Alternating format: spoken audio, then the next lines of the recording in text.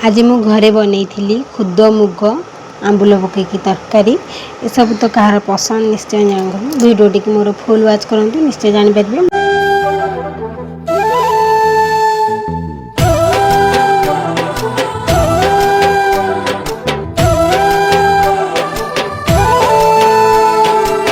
Good morning, जय जगन्नाथ। मो तरफ समस्त को वेडनेसडे शुभेच्छा और शुभकामना। आशा कर समस्त भलरे थे, मुझे बहुत भलरे अच्छी। स्मृति लाइफस्टाइल आ गोटे नुआ ब्लॉग को आप स्वागत करुच्ची। सकाल उठी गाधे पाधे सारी एठी मोर सकालू बाबू बाहर कर बाबू को बाहर करके रेडी कर देती जेहेतु तार सकाल सकाल को गाड़ी आसबार जल्दी जल्दी। लाडार ए वर्ष प्रथम इंडिपेंडेंस डे से रेडी करके बाहर कर देती सी अंगनवाड़ी जीव बोलिका। आठी मु ठाकुर पूजा करी रेडी हो जाइली। तापर तो मोर काम भी बहुत सारा अच्छी। पिला मैंने सकाल सकाल स्कूल पलि तेणुक आम आम कम लगी जा। तो फास्ट मुझे सका उठिकी जेहेतु मोर देह खराब बहुत सारा अच्छी, मुंड देह सब बुले हो, तो तेणुक मुझे राति भिजेक रखी नांडी बगुली गुड़ा कि पी जानी निश्चय। नांडी बगुली ता सहित सागु आ सहित मिश्री या भल भाव फेंटिकी सका सका पी देती जेहेतु मोर पेट टे ठंडा हबार आ मुंड भी टे ठंडा हबार से पी देती। मैंने भी निश्चय ट्राए करते सांग जदि आप पेट गरम हो जाए निश्चय ए सप्ताहटा पीबे, देखिए निश्चय देह भल हो। आठ मुझे पी देकी आसी जाइली करार मत रोसई। आज आमर बनौली मु खुद मुग को मैंने खाई निश्चय जानते। कृष्ण को भी तो खुद मुग भल लगी ना, से सुदामा घर को जाइली खुद मुग मागिक खावाई। तो आम तो सारा मनीष आ जेहेतु आम गरीब घर लोक निश्चय ये सब को पसंद। आम गाँ गहली तो निश्चय ये सब बन के आम खाऊ। टाउन मानक तो से सब जान थे गुड़ा केमती कौन करा जाए। तो फास्ट चलतु आम आज बनइबा खुद मुग। फास्ट ये नहीं आसती खुद अरुआ खुद रखा से खुद को आनिकी पानी परिष्कार करके धोईकी 5 ରୁ 6 थर पाखापाखि गोड़े जेहेतु छोट छोट गोड़ी थाए भल भाव न गोड़े खावा समय दांत भी भांगी जापे। तेणुक भल भाव में गोड़े 3 ରୁ 4 थर पाखापाखि। तो देखिपे ये पूरा परिष्कार हो जाए। बसई देती प्रेसर कुकर गैस रे पानी। तो पानी ताती आसला पकईदेली खुद को छाड़देवा टी फास्ट सीझापी जेहेतु खुद टाइम लगे टी सीझापी पकई देकी मुझे छाड़ी देती कि समय। तापर मुझे जाइली मुग आनिकी धोइबापा। मुग कणी आमर रखाई से मुग गुड़ाक जेहेतु बहुत दिन टी रही जाता परिष्कार करके पाखापाखि 7 ରୁ 8 थर पाखापाखि धुआ धुई करदेली।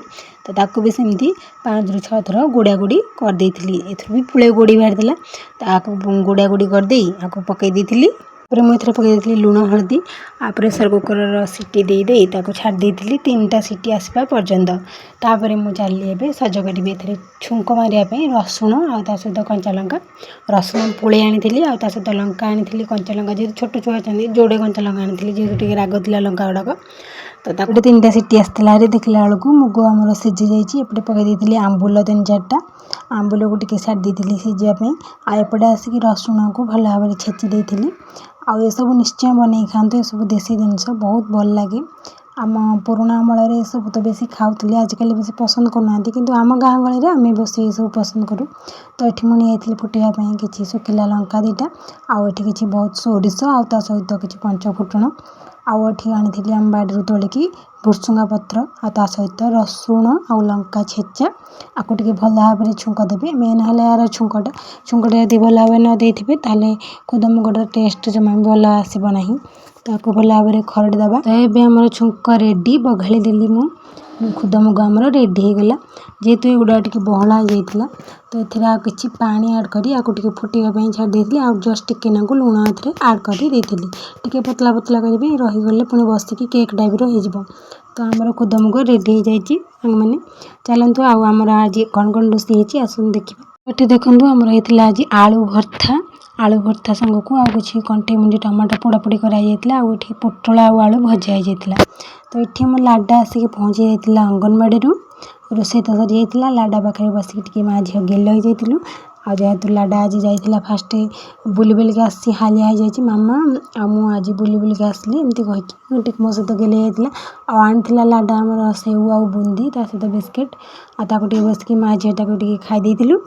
तापर चल पेट पूजा करवा बेसिक पहुँच जाता स्कूल। भी बहुत भोक होता कहला मामा चल भात खाइबा। आएपटे तो रोषेईबास सरी जाता। मुझे नहीं आसती भात भजा आलू भर्ता ଆଉ ତା ସହିତ ଖୁଦମୁଗ ଆମର। ଏଠି ବାବୁ ଏଠି ବସିଯାଇଛି ଖାଇବା ପାଇଁ। ତ ମୋତେ ତ ପ୍ରବଳ ଭୋକ, ମୁଁ କହିଲି ଚାଲ ଖାଇଦେବା। ଖୁଦମୁଗ ବହୁତ ଗରମ ଥିଲା, ଗରମ ଗରମ ଏସବୁ ଖାଇବି ବହୁତ ଟେଷ୍ଟ ଲାଗେ ଖାଇବା ପାଇଁ। ଆଉ ଏଥିରେ ସବୁ ଆମ୍ବୁଲ ପଡ଼ିଥାଏ ନା, ଟିକେ ଖଟା ଖଟା ଲାଗେ, ବହୁତ ଟେଷ୍ଟ ଲାଗେ। ଏଠି ବସିଯାଇଥିଲୁ ଆମେ ଦୁଇ ଯା ଯାକ, ଆଉ ବାବୁ ବସିଯାଇଥିଲେ ଆମ ସହିତ ଖାଇବା ପାଇଁ। ଆମେ 3 ଜଣ ଯାକ ମିଶିକି ସାଙ୍ଗ ହେଇକି ଖାଉଥିଲୁ। ଏପଟେ ଲାଡ଼ା ଆଉ ରାଣୀ ଆମର 2 ଜଣ ଯାକ 2 ଭଉଣୀ ଯାକ କେଉଁଠି ବୁଲୁଥିଲେ। ତାପରେ ସେମାନେ ଆସିକି ଦୌଡ଼ିକି ପହଞ୍ଚି ଯାଇଥିଲେ। ଆମେ ଖାଇବୁ।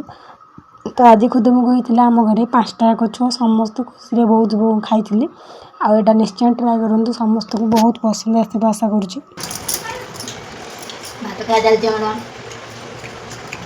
ସାଙ୍ଗମାନେ ଆମର ତ ଖାଇବା ସରିଯାଇଥିଲା। ଆଉ ଆମ ଭିଡ଼ିଓଟି ଏତିକି ରଖୁଛି। ଯଦି ଆମ ଭିଡ଼ିଓଟି ଭଲ ଲାଗୁଥିବ ତାହେଲେ ଲାଇକ୍ କରି ସୁନ୍ଦର କମେଣ୍ଟ କରିଦେବେ। ଆଉ ମୋ ୟୁଟ୍ୟୁବ୍ ଚ୍ୟାନେଲକୁ ନିଶ୍ଚୟ ଗୋଟେ ସବସ୍କ୍ରାଇବ୍ କରିଦେବେ। ରହୁଛି, ଜୟ ଜଗନ୍ନାଥ।